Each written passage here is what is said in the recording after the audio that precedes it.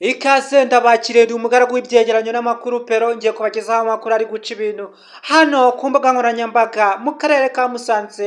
Abashinzwe umutekano cyangwa se abapolisi bafashe imodoka, izi modoka zinini zitwara bya kontineri zipakiye. Iyi modoka yari ipakiye ikiyoka kinini cyane kimeze nk'urusiramire. Iki kiyoka umushoferi akimara kubona ko byakomeye, umushoferi yahise afata igitsi ariruka cyane, ariko abashinzwe umutekano nk'abapolisi bamwirutseho paka bamufashe baza kumuhata ibibazo bikomeye cyane, bamubaza aho iki kintu bakijyanye, aho kivuye n'aho cyerekeza.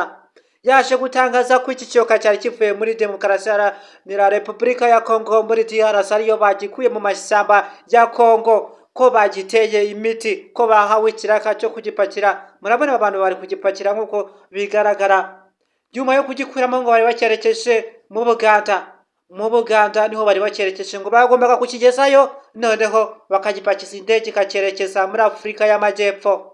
Iki kiyoka ibase cyakuye abantu imitima cyane, imiti bagiteye ikivuyemo, ngo bigaragara yuko ngo bagitwaraga nijoro, ngo aho bageze bakereyeho bagitera indi miti basa nk'abagikangura, noneho kiza kwerekeza mu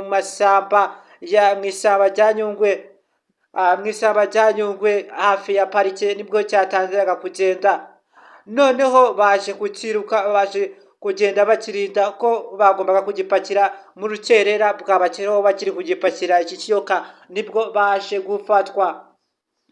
Nyuma y'uko polisi isi bategeka kongera kugitera imiti, bakongera bakagipakira byihuse, umushoferi bamutegetse kugisubiza muri Repubulika Iharanira Demokarasi ya Kongo byihuse cyane, kugira ngo iki kiyoka imiti bashiranye kitaza kurya abantu.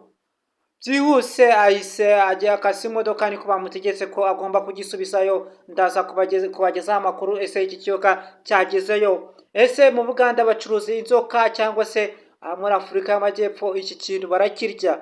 Uburyo kingana, reba ibiro gipimye, ni kinini cyane. Inyuma byasabaga kugira ngo bakigondagonde, bagihine, bakizinge kugira ngo kijye mu modoka. Ni kirekire cyane, kirakabije.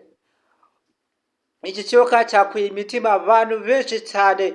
Ibaza iki kintu imiti gishize mu bintu cyakorera abantu, cyangwa se abagitera imiti bashiranye iyo bitwaje mu modoka. Ibi ngibi byakuye imitima abantu benshi cyane. Uramenye utabanga cya kintu cyagiye kitavuze bita igishwi, niba wageze hano ku muyoboro